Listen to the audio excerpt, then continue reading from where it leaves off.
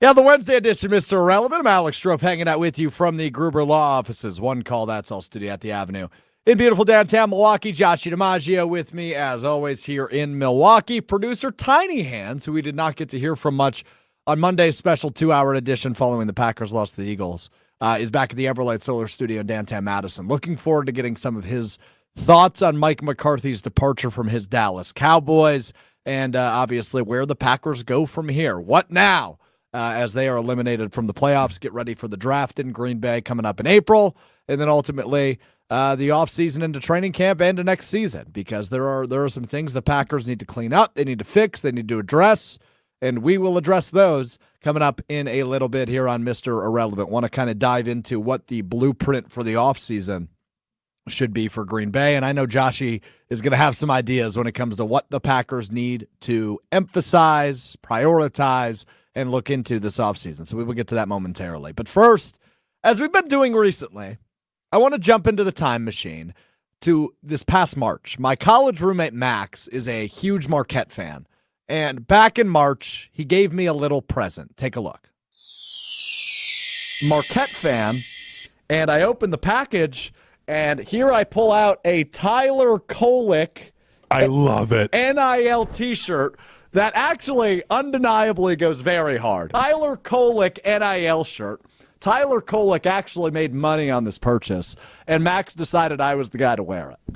So I now have a Tyler Kolek t-shirt. I don't know how often I'll wear it, but it is kind of sick, so I'm in on it. But, I mean, they should go further than Wisconsin this March, so you'll have some opportunities. Yeah, well, so there you go. That's my Tyler Kolek t-shirt, and by the way, they did go further than Wisconsin in March. Now, my buddy Max and my girlfriend went ahead and they one-upped themselves this year.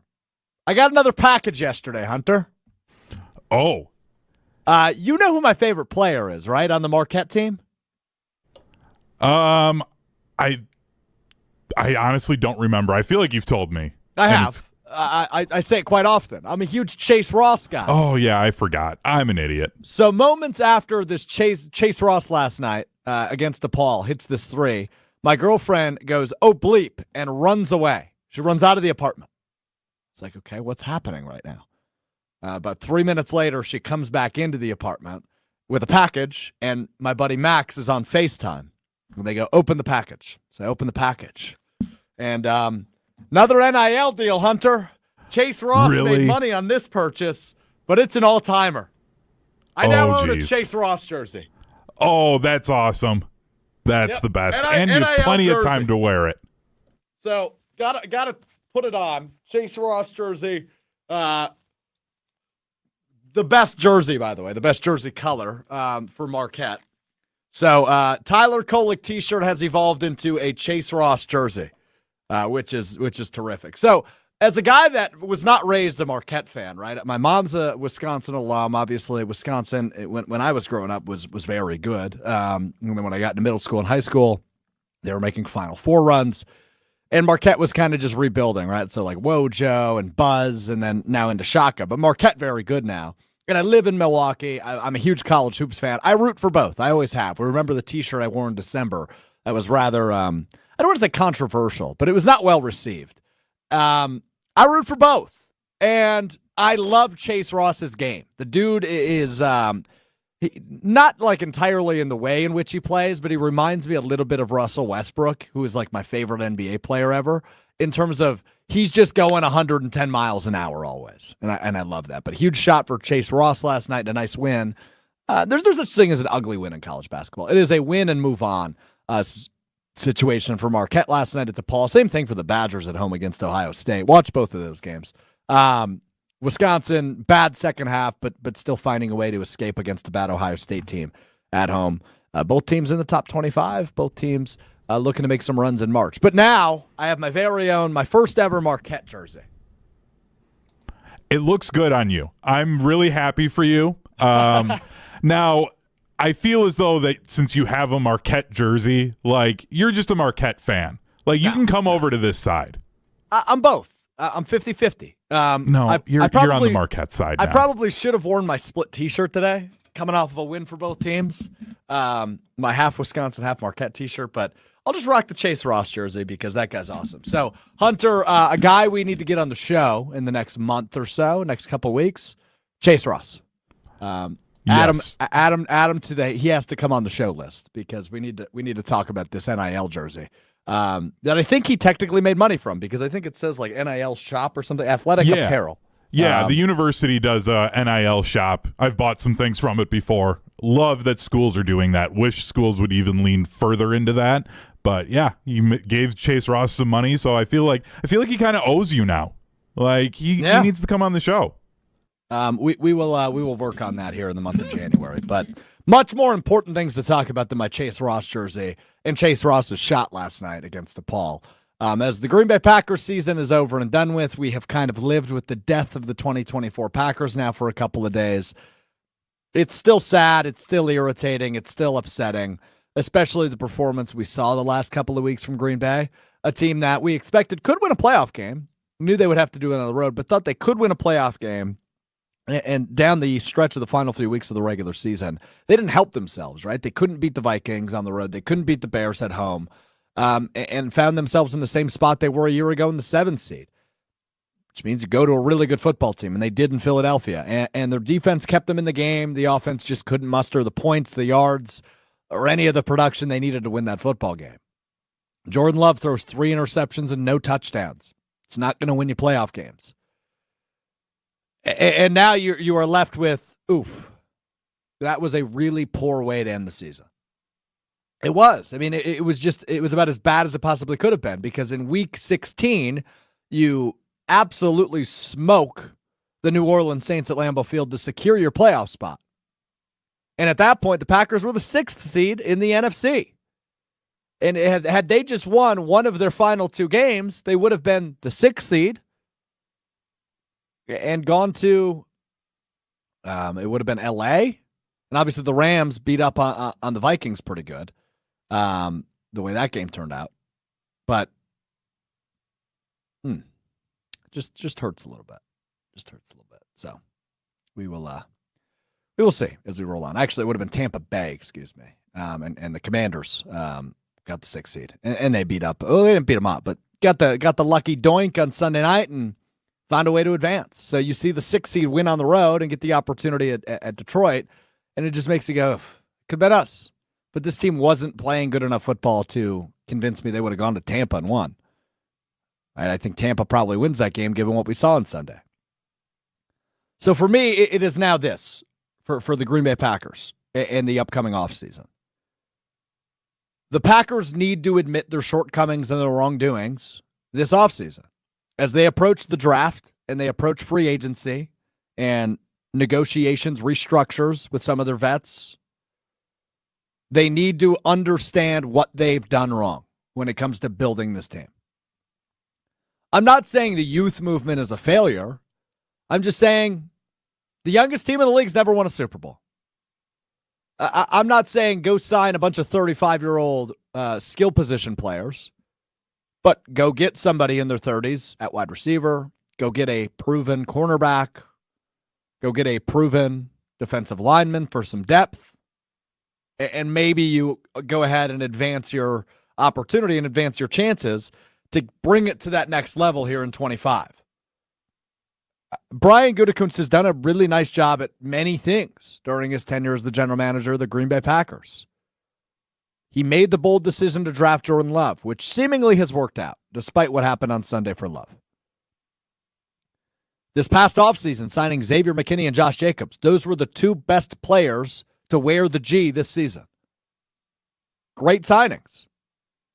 But now that you are free of the cap hell that Aaron Rodgers left you in, and you finally have some money to play with this upcoming offseason, you need to go take some more swings. It's fine making the postseason. It's fine, maybe winning a playoff game every couple of years. But the expectation is championships. And Brian Gudakunst and company need to go back to the well this offseason and make some moves. Whether that's T. Higgins, I know is the name that's been thrown around 100 times. Whether that's Devontae Adams on offense. Or if that's DJ Reed at cornerback. You need to go make a big swing at some of those positions that will bring you to the next level. The receiving core just didn't take the step we expected them to. And now, obviously, that's going to linger into next season with Christian Watson's ACL injury. How much better does your depth chart look if all of a sudden Jaden Reed is your second best receiver, and when Christian Watson returns, he's your number 3 receiver? Romeo Doubs is your 4th, and Dontavian Wicks is your 5th. Looks a little bit better. Gives you a little bit more confidence that you have dudes in that room. If you have a Devontae Adams making his return, leading the charge offensively, and being your number 1 receiver, I think defenses are a little bit more worried about what you can do outside. I saw the quote on either Monday or Tuesday earlier this week. Keyshawn Nixon saying he doesn't want to return kicks anymore because he wants to be CB1. And granted, he played a little bit of CB1 when Jair Alexander left with his injury, and ultimately his season ended following that surgery. Keyshawn Nixon was thrown into that role. You would prefer he's not playing that role. If you go draft a corner in round 1 and he pans out, which I know a lot of Goody's first-round picks haven't, and you sign a veteran cornerback, you're feeling a little bit more comfortable with that position of Keyshawn Nixon as CB3 rather than CB1. So while Goody and company have done a nice job constructing this roster with young guns who are outperforming probably the timeline that they expected when they built this roster, it's time to take some big swings.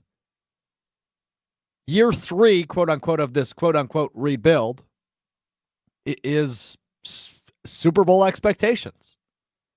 You went from 9 wins to 11 wins. It's time to gear up for championships.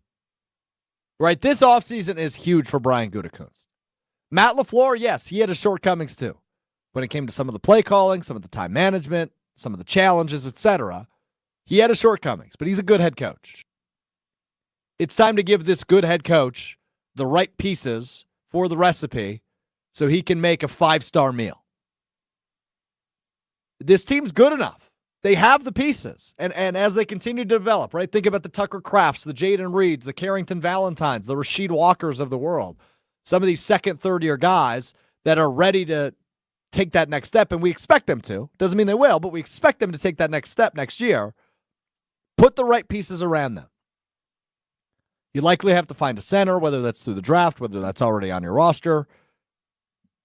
You got to add a wide receiver, you got to add a corner, and you could use some defensive line depth. You're in a good spot at tight end. You're in a good spot at running back. Quarterback, obviously, you're in a good spot. But you need to admit your wrongdoings. You need to admit your shortcomings, face the music, and address them this offseason. And go into July's training camp date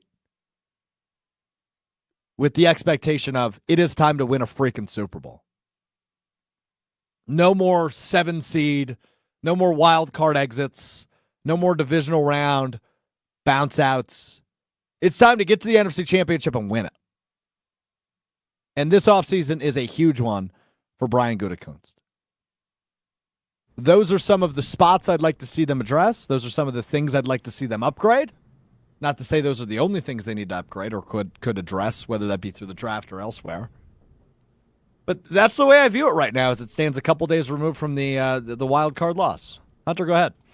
What if, let's hypothetically say this offseason, the Packers, their biggest kind of starter move that they make in free agency is getting a guy like Odigizua, the D tackle from the Cowboys, who's going to be a free agent. He's an interior pass rusher. But then the rest of those position groups that you mentioned, they really just get like, they're veterans, but they're still kind of younger guys, and they're more just depth stuff. Like they added some extra depth at O-line. They don't really get a top-end receiver. Are you feeling okay because they at least got a starter in one position, or is this they have to get multiple starters this offseason? No, I think depth is actually receiver I struggle with because I would like them to go get a top-end guy. And look, T. Higgins is going to cost a lot of money. And I brought this up yesterday on KBN. The last 2 years, Packers fans have criticized Christian Watson because he's been injury-prone and has missed a lot of time. The last 2 seasons, 23 and 24 combined, T. Higgins and Christian Watson played the same amount of games. Now, very important detail. T. Higgins had many more receptions, think it was about 500 more yards and 8 more touchdowns than Christian Watson did. So he's much more efficient, and he's a better wide receiver than Christian Watson. But are you willing to pay top dollar for that guy when you still have some of those really good pieces, right? Jaden Reed, Dontavian Wicks, Romeo Doubs, Christian Watson are all good pieces. But are you willing to pay top dollar, or is it I don't even know a name off the top of my head to bring up, but somebody that's kind of, maybe not a clear-cut number one receiver, but can just add to that depth. At least you take the shot on it, right? Corner, I think, is the more important position to me, that you want that top guy. But I see George chimes in on the YouTube chat and says, I'd rather fix the pass rush than the cornerback room. An effective pass rush can make any decent corner look great, which I agree with. But when it comes to facing Justin Jefferson twice a year, when it comes to facing Amon-Ra St. Brown twice a year, when it comes to facing DJ Moore or Roma Dunze twice a year, I'd like a lockdown guy. Right? Jair was that. I just don't anticipate he'll be on the roster next year or be a viable option next year. So I'd like to find somebody, maybe not to the level of Jair, but close to the level of Jair, that can play that corner position really well. That's where my concern goes, and that's where my head goes. So to answer your question, yeah, I mean, I'd be okay with it as long as they're taking swings, I guess, Hunter. I don't want them to sit still like they've done so many times in the past, especially in free agency, and just say, yeah, we're good. Because we saw they're not good enough, right? As the roster stands today, it is not good enough to win a Super Bowl. They're close. They're definitely playoff good, but they are not close enough to win a championship. And next year I view as the year to take a swing. And maybe that gives you a window, right? Maybe that gives you a 3-year or 4-year window where you actually have a good enough team to shoot for some Super Bowls. But next year is certainly the beginning of the window where that has to be the expectation, or it is an utter failure.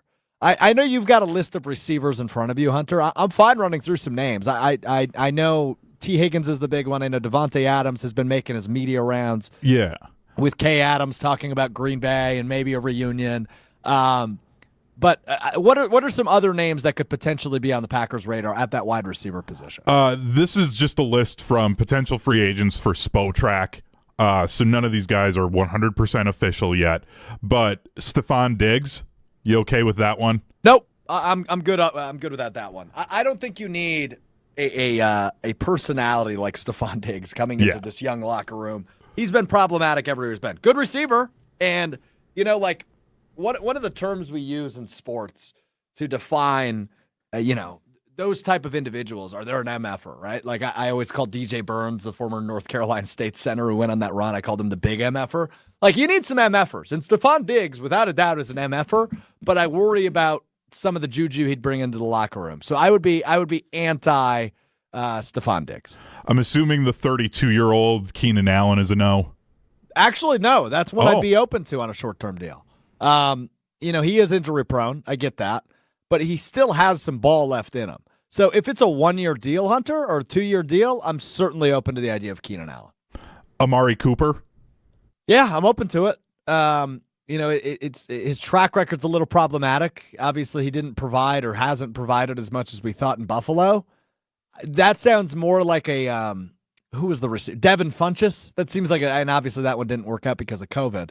That seems more like a Devin Funchess swing than it is a true number one receiver swing. But again, I'm open to depth in that room. I would still like a true number one. And I imagine with pick 20, what did they end up with? Pick 24 in the NFL draft, pick 23 in the NFL draft. They're probably not taking a swing on a receiver there. So we'll see. Yeah, there'd have to be somebody that has some weird flaw that they either fall or something no one else does at that spot. With the way that the receivers are in this draft, the rest of these names, I feel like most of them are kind of yes. Chris Godwin, Brandon Cooks, like they kind of fit what you feel like you're looking for from the Packers. Like they'd be kind of outside guys that would, I think, really help. But some of these other ones, like, are you going Marquise Brown or like Darius Slayton, KJ Osborne? Obviously those are not number ones, but I like Slayton actually. And given the track record Joe Shane has of letting free agents walk out the door, they turn out pretty good. I get he's not Xavier McKinney or Saquon Barkley, but Maybe he has a great second act somewhere. You like wide Joshy! receivers, I can tell here from what you're talking about. So what I guess you haven't chimed in on this yet. When it comes to that position specifically, and we'll get to corner in a moment. When it comes to receiver, is it T. Higgins or bust in your mind? I think Devontae is a fair play. Now, what do we expect the route to get Devontae to be? Would it be a trade? It could be, but the trade value would be low because to cut him, they save $30 million. Oh, okay. So he'll likely be a free agent. Right. So you could say, hey, want to trade for Devontae Adams, and we'll go, sure, but here's a 6th round pick or a 5th round pick because cutting him is just as easy for you. Like you're only carrying $8 million of dead money. T. Higgins would be great. I don't see it happening. I don't either. He's looking like 30 million plus probably when the market comes to due. I have no interest in Keenan Allen. Thank you. No, thank you. No interest at all. Too injured, not good enough, needs to function out of the slot. Like we're looking for outside help here. Yeah. I don't think he's like good enough. A name mentioned that was kind of interesting. I don't really think he's a wide receiver 1, but if you squint, he has been, and that's Jacoby Myers possibly being available from the Raiders. If you squint, he has been. That's a good line. He gets a lot of targets. He's not really like a go out and score touchdowns guy, but he can catch the ball and provide like useful. He would be the perfect, like he's what we wanted Romeo Doubs to be. Correct. A guy you look to on 3rd down. He's not going to do anything crazy, but he's going to catch the ball, move the chains, keep you moving. Well, I almost feel like the Packers are looking for more of a stopgap than it is a long-term fix as number one, right? So a Myers could make sense there. A Devontae would make sense there. A T. Higgins would be more of a long-term solution, which, of course, we're all open to, but the money's crazy, right? I mean, he's going to make a lot of money in free agency, and I just don't know if I'm willing to pay that much. So I'm with you. Keenan, I'm open to. I'm surprised you're not. And you're right. He's too injured. He's more of a slot guy that takes away from Jaden Reed. But I mean, he like showed up. Just get ball players on the field, I guess is where my head's at. In not great shape. He was talking about looking other places to go. Like he was talking about vacation in week 13. Yeah. It just seems like a guy. I don't know if that's really what you're looking for. And I think adding injuries into the mess they've had there with Christian Watson, Romeo Doubs now, like the concussion thing is catching up. How's that going to go? It's interesting. I honestly think Romeo Doubs might find his way out of Green Bay via trade if they do decide to acquire someone or go out and sign someone. It's just at what point do his behavior plus his letdown of a season plus like the injury proneness, when do you just kind of rip the band? Because you still want Dontavian Wicks to grow. That's definitely a part that they want to keep going. Who knows when Christian Watson comes back? You have a piece there, Jaden Reed. You want to find better ways to use him and keep him more involved. Mm-hmm. I don't think they want to sink a spot where Dontavian Wicks is wide receiver 5, and they don't really have a spot for him. You're right. The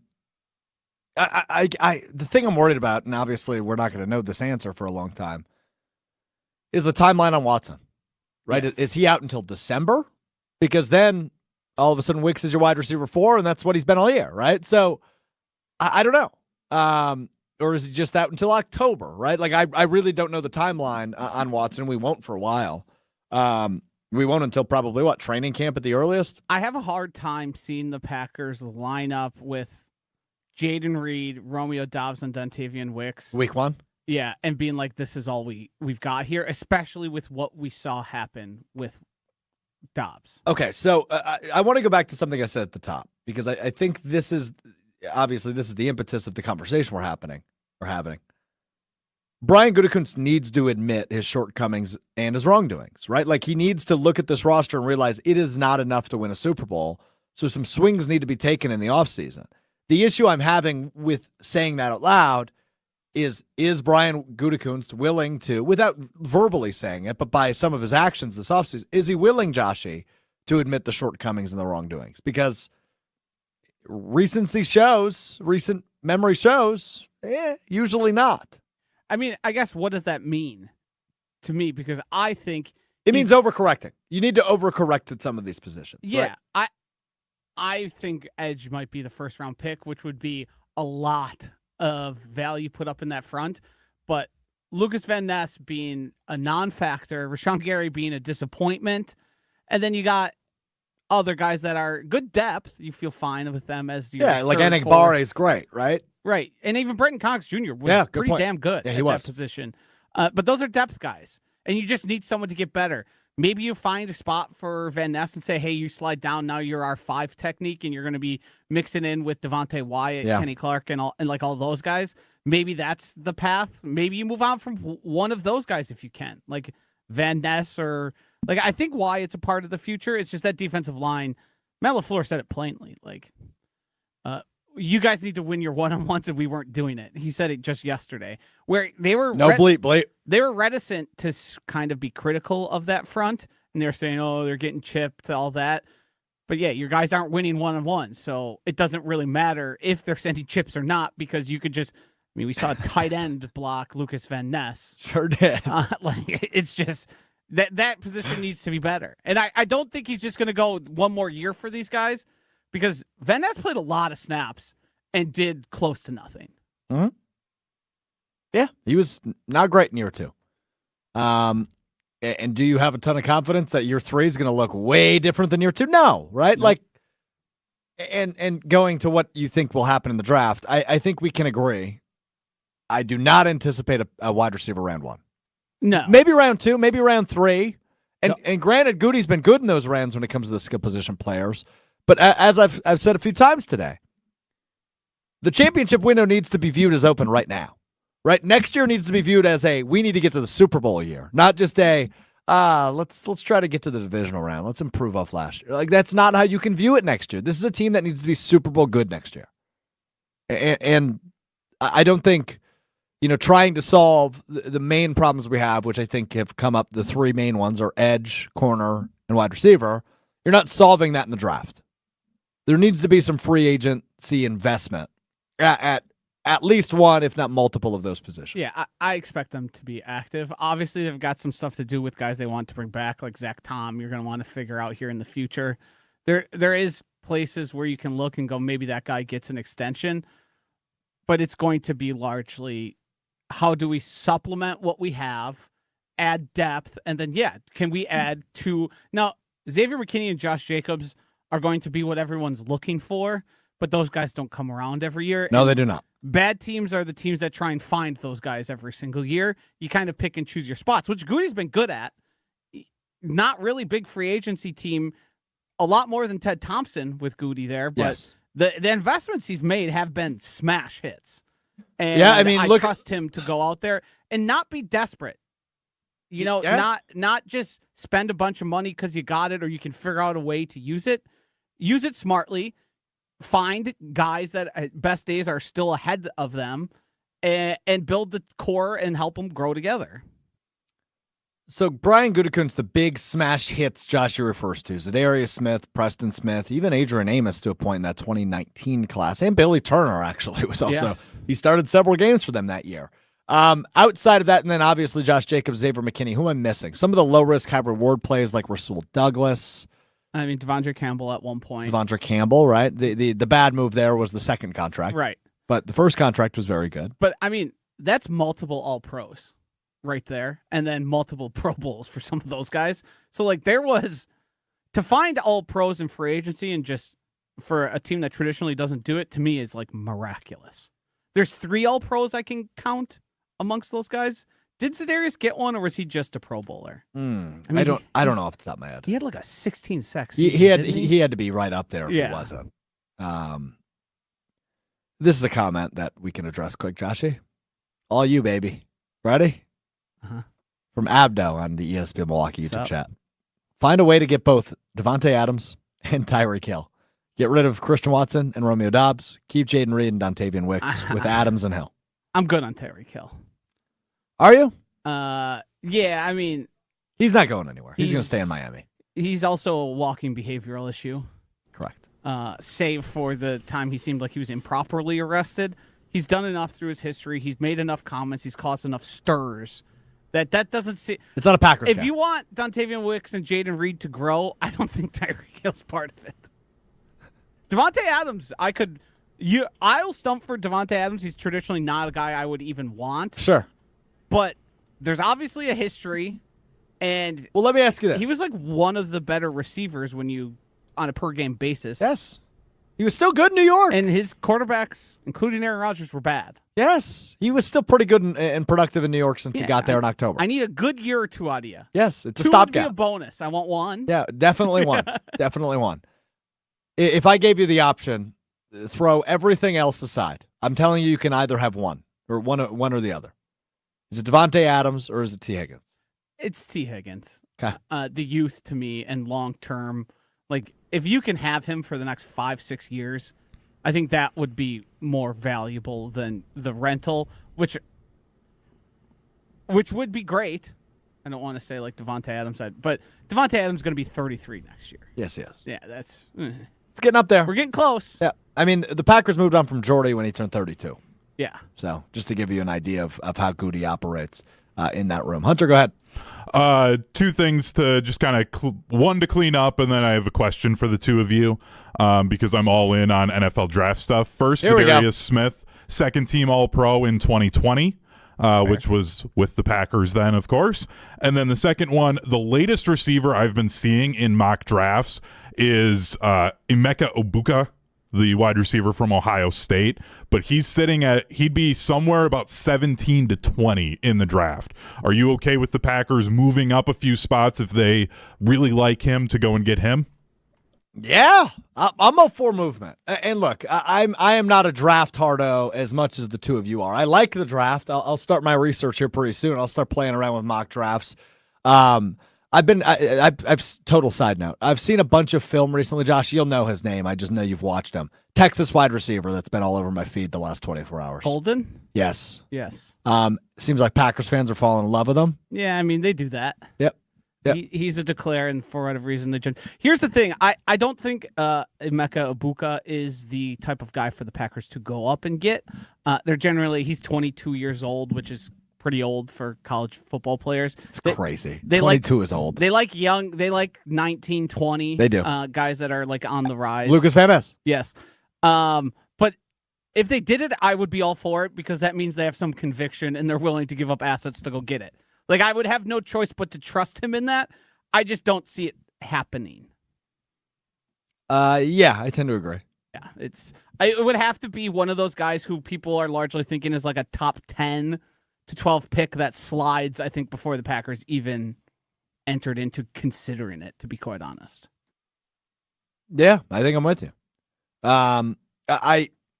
I'm really intrigued to see how they handle this draft. So not only is it Goody in the draft, and it's always a wild card, right? He can move back, he can move forward, he could not move, he could draft somebody that nobody's been scouting, a la Jacob Morgan. Jordan. Did I do it again? Yep. Wait, Morgan. is this a thing that Strouf's been doing? Yeah, I went to college with a dude named Yes, Jacob Morgan, who played on the Stevens Point football team. He was a defensive back, and I always called Jordan Morgan Jacob Morgan. But they don't even play the same position, Strouf. It's just a name thing, right? Like if the Packers drafted somebody called Drew DiMaggio, I'd call him Josh. It's just how it would happen. It's just how my brain is wired. You're too young to be doing what my dad does and just kind of fit in whatever name pops into his head. It's always half right. Yeah, but we've talked about my memory. I do have short-term memory loss. Not diagnosed, just self-diagnosed. And you think by this, like it's almost like I'm doing a bit. It's actually infuriating. I get it wrong every time. So it's Jordan Morgan, right? Yep. Out of Arizona. I knew that. Yeah, I knew that. Was supposed to be a tackle, was playing guard, and then he got injured. I know exactly what we're talking about, but ridiculous. But anyway, Goody in the draft. Do you think this is a serious question I have, and I hope somebody asks him this at some point. Do you think he will feel added pressure because the draft is on his home turf? No. How is the politically correct way to say this? Oh, boy. Oh, just say it. If you have to preface a sentence with that, I'm really nervous about what's coming next. He strikes me as somebody so laser focused on the main thing, that being the draft, that all the outside noise wouldn't even matter. It has a way of. I mean, Aaron Rodgers talked about it. Like to him, football players are like just chess pieces on a chessboard. There is no emotional aspect to him. He hasn't shown any sort of emotion. Good point. And I hope people understand what I'm trying to get at there. It's like he's a football dork. He is purely football at all times. Just that's all he cares about. He'll probably be annoyed that it takes longer to get to work. Because they typically are like they'll have to be in. I wonder if they're going to be like staying there. That's an interesting question because I don't know any. I was talking to. I'll leave you a 50-50 shot. One of our reporters based in Green Bay earlier this week. Okay, one of the people we talk to often. At least two. Yeah, I'll give you a 50-50 shot, but I'm going to leave it unnamed. And I said, "Are you looking?" Because my plan for the draft is this, and we'll hash it out and we'll actually figure out what I'm doing from a work standpoint. But I plan on being in Green Bay from Monday to Monday. I want to be up there all week, right? It's my hometown. My brother lives in Green Bay. I'm going to stay with him. I want to see what this looks like. And talking to this person off the record, he said, it's going to be a cluster bleed. Yeah. And this person was not really looking forward to it. Because, think about it, right? Detroit pulled, what was it, like 100,000 people last year? Mm-hmm. Green Bay is going to pull more than that. It's Green Bay. It's the mecca of football. They're shutting down Oneida Street, which is a major street in the city of Ashwaubenon, right by Lambeau Field. It is going to be messy. Obviously, we know Green Bay's reputation for drunkenness. Yes. So it is good. It's going to be a freaking party. Don't get me wrong. But it's going to be messy. So from the logistics standpoint, Goody might be sleeping in his office all weekend. It's like they have showers in Lambeau. He'll be fine. Yeah. So I don't know. We'll see. You think I could just set up a tent? We have the Tundra Trio houses where I do Green Bay game day from. You think I could just set up a tent in the backyard? You could just open the door to the buildings. Yeah, but I imagine people are staying there. Yeah, I would imagine. Here's another thing that you probably will be shocked by. The people who get paid more than us probably will have better accommodations. Oh, really? You think so? No. I'm just stabbing. That is just a random guess. Wild estimation. Really? You think so? Yeah. I certainly They'll think be cotton it in the living room. Yeah, how many beds? It's been a while since I've been there. I was there 2 weeks ago. I think there is, in one house, I think there's 8 beds because there's the bunk beds. Yep. And in the other house, there's just there's just 3, yeah. Yeah. So 11 total? It's a lot of beds. I don't think I'm getting one of the 11. That's my tent question. I'll take bottom bunk, you take top. Let's swap that. I want Joshy on the top bunk. I don't know if you want that. When was the last time the structural integrity of those bunks are checked? That seems risky. I can't look your wonderful girlfriend in the face and say, yeah, I killed them. The bunk bed gave way. Oh my God. No one needs that. No one needs that. I think we should test it out. If you think I'm getting on top bunk, you got another thing coming. Hey, when you were young, my brother had the bottom bunk. Yeah. My older brother had the bottom bunk. Yeah, I did this thing. Speaking of bunk beds, you're gonna think I'm disgusting. I got to tell this though. Oh no. So me and my brother shared bunk beds until he was at my dad's place. Divorced parents, 2 households. At my dad's place, we shared a bunk bed until he graduated high school. Wow. So he was a senior when I was in 8th grade. Right? Is that the right math? Yes. So I was in 8th grade when he was a senior in high school. And I would do this thing where I would drool. Oh boy. Down a pole and it would land right on his face. Wow. Little brother stuff. And then he would you would do it on purpose? Yes. Oh, I thought I'd spit on him from the top bunk. And then he would do this thing where he'd take his feet. Yeah, kick it. And he'd kick the mattress. And then you'd hit the ceiling. And I would hit the ceiling. Yeah. Uh-huh. And my dad would yell, "The hell's going on?" I remember being as a kid excited to be on the top bunk, and then you do the one thing where you like roll and you're kind of facing the wrong direction and you wake up just horrified because it's like you're falling. Like to have a falling dream from a top bunk, not for me. I like being close to the ground. I had a falling dream last night. I don't want to talk about your dreams. You sure? Yeah. Uh-huh. It's probably a good choice for everybody involved. All right. Good stuff. All right. So Devontae Adams we're in on. I think I think I'm in on it. It makes it fits too well. That's why it's not going to happen. Right. Same with T. Higgins. Dude, you know what they're going to do? I mentioned the name Devin Funchess earlier. They're going to sign Deontay Johnson, who just got waived again yesterday. I mean, he got cut 3 times. I know. I know.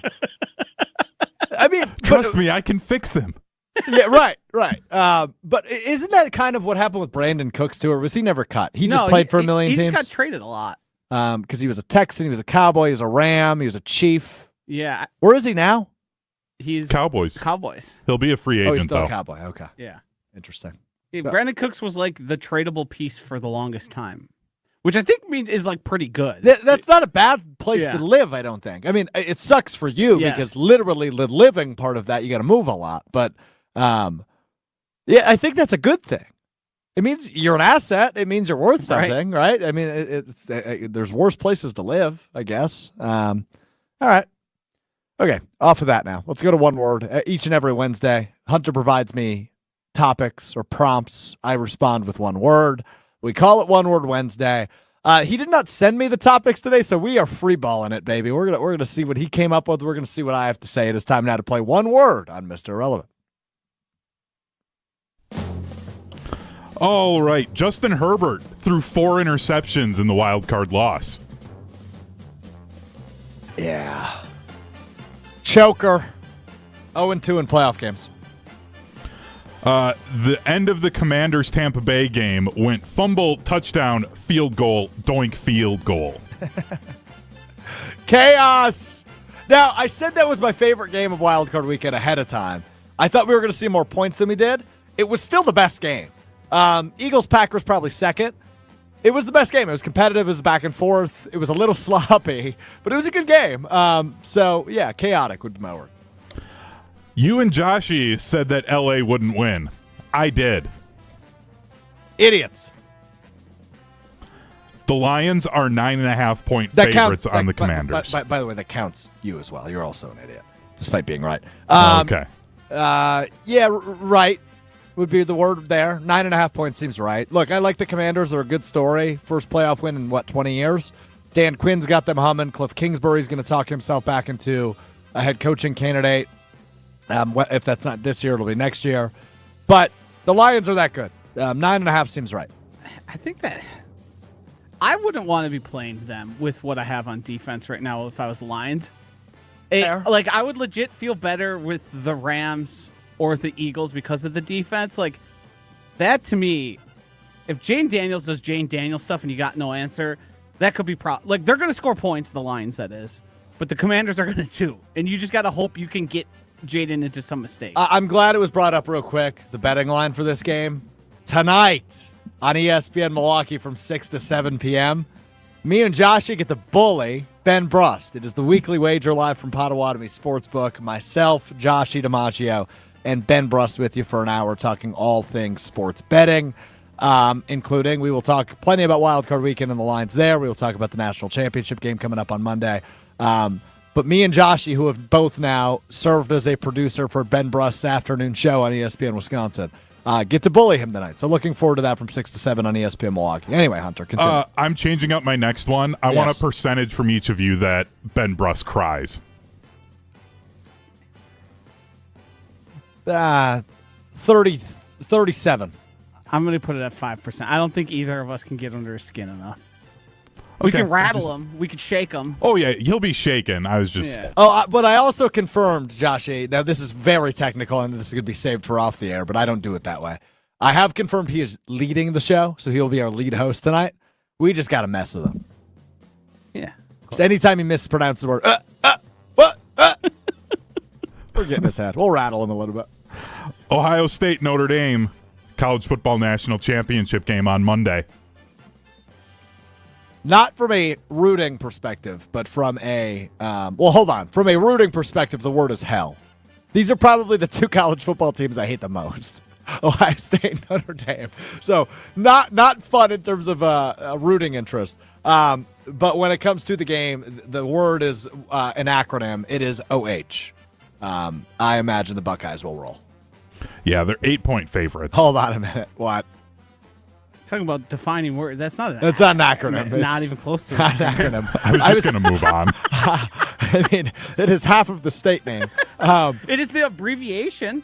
Yes. Okay. There we go. But I was thinking more of the chant, which is O-H. Oh, I knew what you were doing. You just didn't do it right. I botched it per Yeah, usual in this game. Yes. OH.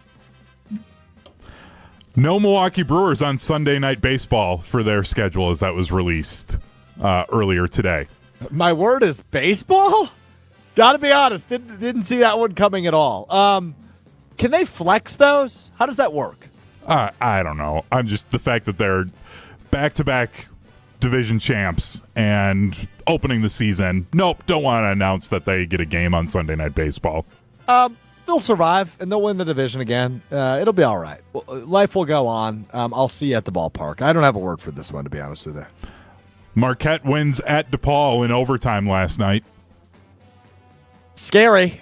Certainly thought that was going to be a loss, and then this guy right here makes a very clutch shot towards the end of regulation, and then when that game went to overtime, it was over. If Marquette was able to get it to overtime, they were going to win. And they had a shot, obviously, at the end of regulation. Cam Jones' long three rattles in and out. Thought that was going to fall. I popped out of my chair. I thought it was in. But, yeah, I mean, I refuse to call anything an ugly win in college basketball because basketball is so different than football, right? In the NFL, I've said the Packers have won ugly before. You can have ugly wins in the NFL. I don't believe that's the case in college basketball. So scary will be my word, but it wasn't an ugly win. It was a road game, a place where, despite how bad DePaul always is, you have a tough time playing. But they found a way to survive and get another win. Sticking with college basketball, number 9 Kansas at number 2 Iowa State tonight. Yeah, this is fun. All my band words pop to mind here, right? Frisky, sexy, intriguing, interesting. GOTP. It's an acronym. Game of the Year potential. Josh, you remember GOTA? Somebody that I used to know. Yeah. That song's back, you know. Is it? Really? Yeah. What do you mean it's back? The EDM, it has been mixed into an EDM version, and the Zoomers love it. The Zoomers. Gen Z. Is that me? Am I a Zoomer? Yes, you are. You're a millennial? Yes. Yep. You proud to be a millennial? No. Hunter, you proud to be a millennial? I don't really care. I just like making fun of boomers. What about Zoomers? I didn't even know that was a thing until just now. So I didn't either. Glad we're on the same page. one last one here. Did you guys know that they make comforters that are larger than king size? Found that out, and it's been life-changing. Did I know that? Yes, I did. I also knew this. Oversized. Yeah. Big. Yeah. My wife and I were arguing over the sheets because we kept stealing them from each other. So we went with an oversized king sheet. Oh, Nice. It's been great. You said life-changing. Is that serious? Yeah, because now, like, I'll roll over and, like, take some of the sheet, and it doesn't pull on her end because we have so much more. It's like an extra 16 inches of comforter. It's been great. Hell yeah, brother. Nothing like a good night's sleep. Yeah, it's been awesome. 2 best nights of sleep I've had in months. I'm so anti top sheet. Get that out of my life. Oh, yeah, we just you do the mean- comforter. So you mean Okay. stretchy sheet that nobody knows how to fold, right? That's the base layer. Yeah. And then you just want comforter? Yes. Any blankets or anything in between? I mean, you can. Okay, so That's we fine. we do a heated blanket and then the comforter. You guys sleep with a heated blanket. Oh, that's disgusting. You got to be sweating in there. We Getting swamp ass going to bed. turn it on low, get the fans going. It's perfect. Oh. The thought of a heated blanket in bed. I mean, I wake up boiling just randomly. James on the ESPN Milwaukee YouTube chat says, Strouf is an idiot. Whoa. Northern Illinois was 22-point underdog and still somehow lucked out against Notre Dame. James, I would just like to know, are you a Northern Illinois alum? That seems like a Northern Illinois alum take. Ohio State is better than Notre Dame. Now, will that necessarily show next Monday? No. I mean, right? You play the game for a reason. But I just feel like nobody in the country is better than Ohio State, and it's felt that way since the first round of the college football playoff. The way they won the first round game makes you go, whoa. And then they beat Oregon, and you go, whoa. And here they are in the national championship. The most interesting thing that happens is Ohio State wins. They lose to Michigan. And they don't actually appreciate the national championship. Right, and then you just Ryan Day you can't get rid of Ryan Day. No. Well, they're not going to now that he's in the national championship. Right. Yeah, what is it? 3 in a row or 4? It's 4 in a row now, right? That they've lost to Michigan? Yeah, because I believe Sawyer has never beat them. Yes. Yep. By the way, speaking of Jack Sawyer, my first draft crush. Oh, because you saw the one play against Texas, and now that's all you know about him. He's really good. He'll be a first rounder, but you gotta be careful of those try-hard whites. That's how you end up with Lucas Van Ness.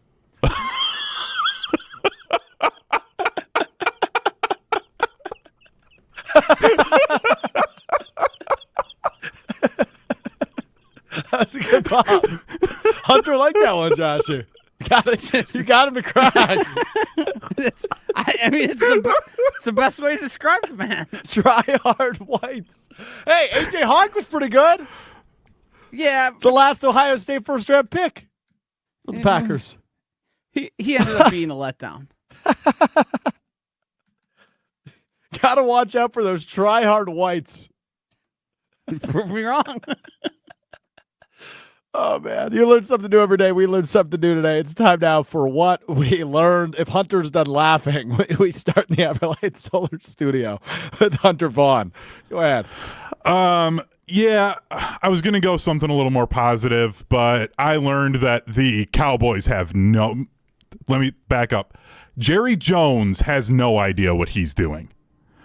That idiot decided, no, you know what? Instead of getting rid of Mike McCarthy right away and actually trying to interview Ben Johnson or Aaron Glenn, or they could have gone after Spagnuolo, the DC for the Chiefs. Nah, we'll hang on to Mike McCarthy, deny his opportunities to go and interview, and then not do anything the 1 week you could actually interview guys from the teams that got buys. And now they're behind on everything. I hate Jerry Jones, and the Cowboys are only going to get better once he finally leaves this earth. And it's really frustrating. Oh. Okay, so you're not happy about the Mike McCarthy departure? I'm not happy with the way that it was handled. I don't have a problem if you want to get rid of him. Just do it in a way that you can actually set your team up to be in a good spot. And they haven't done that. Which then just tells me that they're going to overpay Micah Parsons and they're just going to be in the same spot they've been in. And in 3 years, there'll be a new head coach because they're setting up this new head coach to fail. What do you think of where do you think Mike ends up? I think he's going to be in Chicago. I think they want a guy that's been a head coach, can kind of set the culture there. I agree with you. And then I think it's get them to being an actual playoff team, and then they'll make the splash of like a more unknown guy that gets them over the top. So I agree with you. I just hate it. I do not want Mike McCarthy as the head coach. Yeah. I couldn't imagine if I was you. For multiple reasons, right? Obviously, he's a Packers legend. He has a street named after him across from the stadium where the NFL draft will take place in a couple months. And I want to root for Mike. And I've been able to root for him despite coaching a team I don't really like. I fully hate the Chicago Bears, as we've been over in the last few weeks.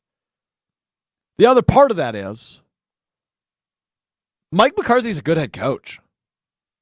Like, if I believe in somebody to go into Chicago and at least get them to what Hunter just said, like a playoff team level, a little bit of an improvement, maybe not like a bona fide divisional threat every year, but a 10, 11-win team year after year, if I believe in anybody to go into Chicago and do that despite the dysfunction around them, it's Mike McCarthy. So I hate the idea of Mike McCarthy to the Bears. I hate it. He won 7 games with a backup quarterback for half the season, and those guys were still fighting for him even though their season was done. Like, CeeDee Lamb was playing through a shoulder injury, and he's one of the best receivers in the NFL, could have easily shut it down and was like, no, I want Mike McCarthy back. I'm going to play for the guy and keep going out there.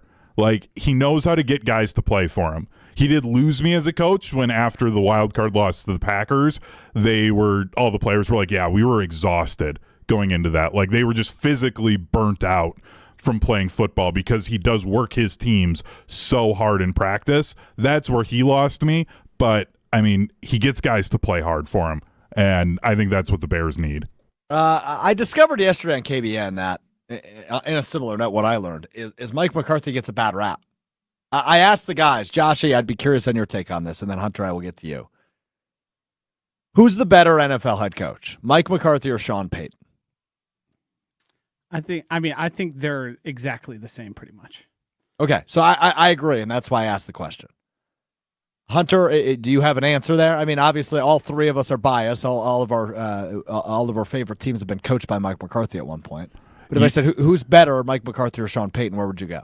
I would go Mike McCarthy. Also, the whole Bountygate thing still makes me feel a little icky about Sean Payton. It's fair. That's fair. He's icky. He is icky. Obviously got Denver back to the postseason this year under first-year quarterback Bo Nix. But when I asked the guys that on the air yesterday, Brad, Kyle, and Ben all immediately responded Sean Payton without hesitation. It's not ball knowers. It's not ball knowers. This is a real football show. Correct. Even though I've been called an NFL fraud within the last week, this is the real football show. Yeah. Well, you got me and Hunter here. Real ball knowers. Yeah, you're right. My bad. I don't get the Mike McCarthy disrespect. The guy's a really good head coach, and I am scared at the idea that he becomes the head coach of the Bears. It takes a lot to succeed in Chicago. It does. I mean, we've seen how hard it is for all of these different head coaches and quarterbacks and everybody else at the helm the last decade plus. How impossible it is to succeed with that much mismanagement going on at the top. But I think Mike McCarthy's the guy for the job. And I'm afraid they're going to realize that and actually not shoot themselves in the foot for once. I'm pretty sure McCarthy's the only coach that they're bringing in for an in-person interview as well. Oh, which says a lot about how they feel about him even before he interviews. Great. Yep. Just an hour ago from Courtney Cronin of ESPN, per league source, the Chicago Bears are conducting their in-person interview with Mike McCarthy this afternoon. Their second known candidate to interview in person. Ron Rivera did it on Sunday, just a couple of days ago.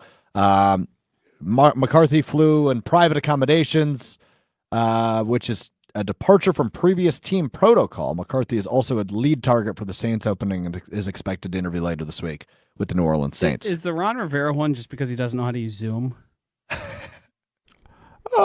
Probably. I mean, you know who you could ask is Brad Nortman, who played for Ron Rivera. He might know his technological shortcomings. So there you go. That will do it for us today. We're back with you Friday. Ahead of divisional round weekend, and of course, we'll be back with you Monday again ahead of the national championship game. Enjoy your week. It's a weird Monday's one. A holiday. Oh yeah, we're off Monday. You're right. Totally forgot about that. MLK Day. We are off on Monday, so we're back Friday. We will preview the national championship game. We will preview divisional round weekend, and then we are off Monday. We will be back the following Wednesday. Good call, Hunter. Better be quick on your feet there. Well, thank you. I only knew that because just talked about it this morning. So. Mike McCarthy is going to get the Bears job. Yep. I got to come to terms with that now. What a crappy week. Joshy, final thoughts? I think he makes the Bears better, but I'm more worried about Ben Johnson being the head coach and what that takes him to.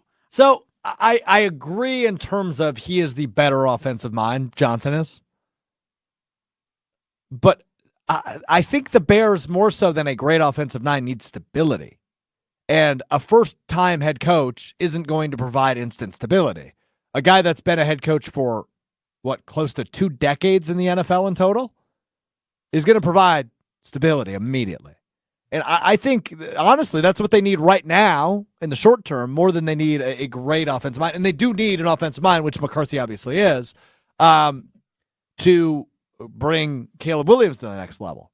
I just think McCarthy checks more boxes right now for Chicago than Ben Johnson does, believe it or not. Yeah, I think if you're the Bears, though, you're making a play for long term. Yes. You're going to have to kind of weather the storm here, get the team back going, and then have. I mean, But do they have the patience for that? That's the part I don't know. You'd hope so. Right. I don't know. But they've never gotten the guy. It's always the second tier of head coach hires that they're getting, sometimes even lower. So if they he's going to be expensive, very expensive. There's a reason he's playing those two teams against each other, the Raiders and the Bears. And it's not because he's truly hemming and hawing, I would think. I would think he's trying to get the most possible amount of money out of those people as he can. Yeah, that's fair. That's fair. All right. Joshy, talk to you tonight on the Weekly Wager. We'll talk to you Friday on Mr. Relevant beginning at 12:30 Central. And, of course, available wherever you get your podcast, Apple Podcast, Spotify, Wisconsin On Demand. We will talk to you Friday. Peace.